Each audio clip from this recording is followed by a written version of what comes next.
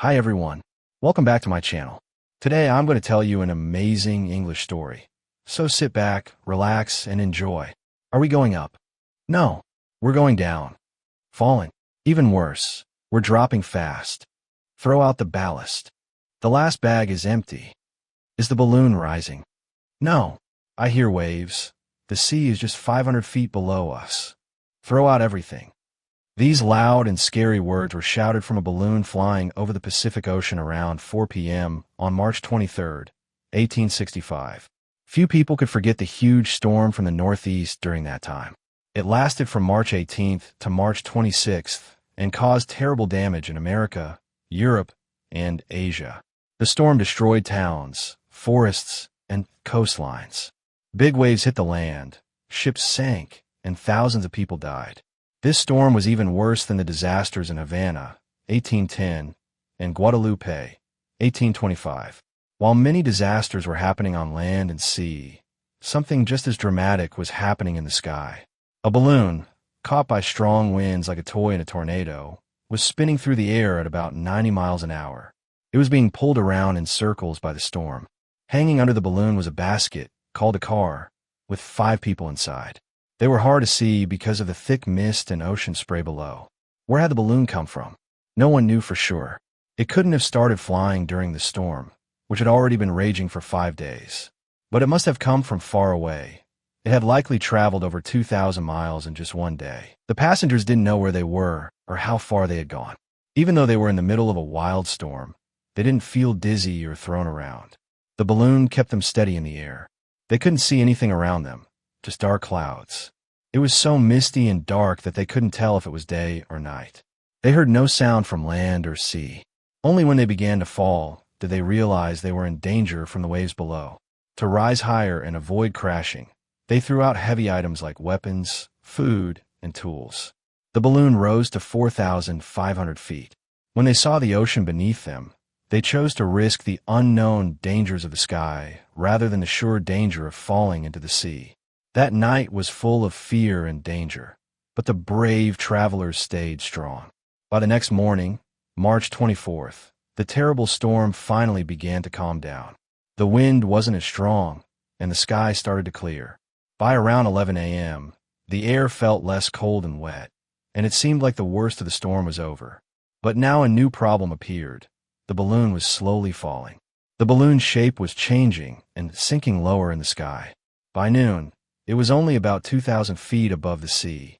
Even though it still had some gas left, the balloon couldn't stay up much longer.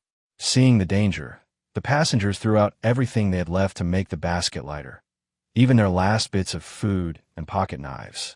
One of them even climbed up to try and fix part of the balloon, but it was clear the gas was escaping. The balloon couldn't stay high in the air anymore. They were falling toward the sea, and there was no land in sight, just the huge, wild ocean stretching for miles in every direction. The waves below were big and violent, and the travelers knew they were in serious danger. They tried everything they could to stop the balloon from falling, but nothing worked.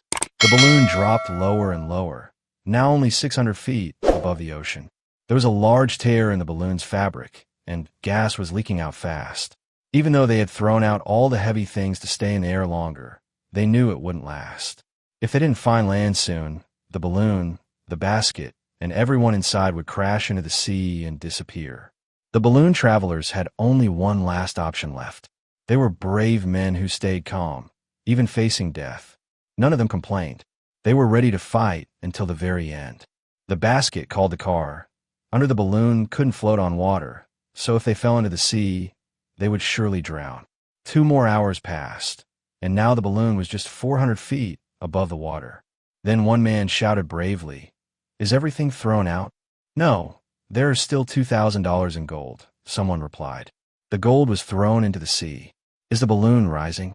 "A little, but won't last." "Is there anything else to throw?" "Yes, the car." They quickly cut the ropes and let the basket fall into the sea. The 5 men held onto the netting of the balloon and rose back up to about 2,000 feet. They hung in the air, clinging to the ropes and looking down at the ocean below. Balloons are very sensitive. Even small weight changes affect how they rise or fall. So, dropping the heavy car made the balloon go up suddenly. but it couldn't stay up for long. The balloon started to sink again because gas was still leaking out from a big tear. The men had done everything they could. Now, their lives were in the hands of nature, or fate. By 4 p.m., the balloon was only 500 feet above the sea. A dog, held tightly by its owner, started barking loudly. "Top, the dog has seen something," someone said. Then a voice shouted, "Land! Land!" They saw land far away, about 30 miles, but they were not sure what it was. Could it be an island or a continent? Was it safe? They didn't know, but they had to reach it. Their lives depended on it. The balloon was barely staying in the air. Big waves were hitting the net, making it heavier. The balloon rose only a little, like a bird with a broken wing. Half an hour later, they were just a mile from land, but the balloon was almost empty of gas. The men were being dragged through the water, battered by waves. The balloon caught some wind again and moved like a boat toward the shore. When they were very close, only a short distance away, a huge wave hit them. Suddenly, the balloon shot back up to 1,500 feet. One last burst of wind carried it sideways, then toward land. Finally, the balloon crashed onto a sandy beach, away from the waves. The four surviving men helped each other get out of the net.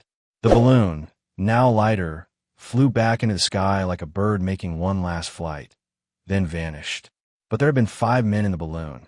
Now only 4 stood on the beach. One person was missing. He must have been swept away by the wave that hit just before the balloon rose. That wave, by making the balloon lighter, helped the others survive. As soon as the 4 men reached the shore, they cried out together, "Maybe he's trying to swim. We must save him. Let's save him."